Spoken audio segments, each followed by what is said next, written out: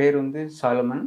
Age 60. நான் வந்து 5 இயர்ஸா இந்த கேன்சருக்காக மெடிசன் எடுத்துட்டு இருக்கேன். இப்போ எனக்கு அது அலோபதி மெடிசன் வந்து எனக்கு செட் ஆகலை. கீமோ எல்லாம் செட் ஆகலைன்றனால கொஞ்சம் இடையில ரொம்ப இதுவாகிட்டேன். 2வது டேப்லெட் எனக்கு கொடுத்தது செட் ஆகலை. அதனால வந்து பாடி ரொம்ப வீக் ஆகிட்டேன். சாப்பிட முடியாமல் கிட்டத்தட்ட 1.5 3 மாசமா எதுவும் சாப்பிட பிடிக்கல.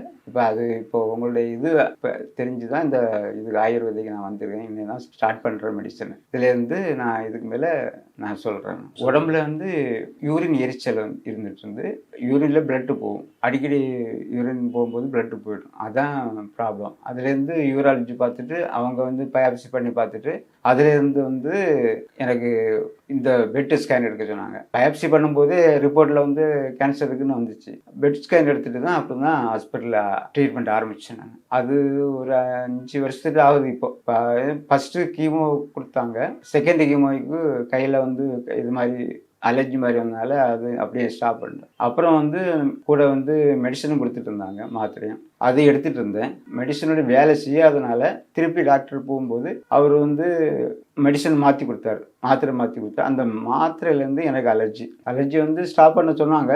திருப்பியும் அதை மாத்திரை டோசேஜ் குறைச்சி போட சொன்னாங்க. அதுலேருந்து தான் எனக்கு சாப்பிட பிடிக்கல. வாமிட் ஆரம்பித்தது ஒன்று. 2வது கிட்டத்தட்ட 1.5 மாதமா எதுவுமே சாப்பிடவே ஒரே வாமிட்டு. அதையும் அந்த மாத்திரையும் ஸ்டாப் பண்ண சொல்லிட்டாங்க. அதுவும் ஸ்டாப் பண்ணி கிட்ட 3 மாதத்துக்கு ஆகுது. இப்போ அதனால நான் இப்போ சாப்பிட பிடிக்காதனால தான் இப்போ இது ரொம்ப இழைச்சிட்டேன். இதனாலேருந்து நான் இப்போ இந்த ஆயுர்வேதி எடுக்கலான்னு இப்போ இன்னையிலேருந்து வந்திருக்கேன். அப்படின்னு சுகர் சாப்பிடக்கூடாது சொல்லியிருக்காங்க. 2வது வந்து ஃபிஷ் சாப்பிடலாம் நான்வெஜ்ஜில். சிக்கன் எடுத்துக்கலாம். மற்றபடி மட்டன், பீஃப், அந்த போர்க் அதெல்லாம் எடுத்துக்கூடாது. அவ்வளோதான். சாப்பாட்டில் வந்து புளி சேர்த்துக்கூடாதுன்றாங்க. அவ்வளோதான்.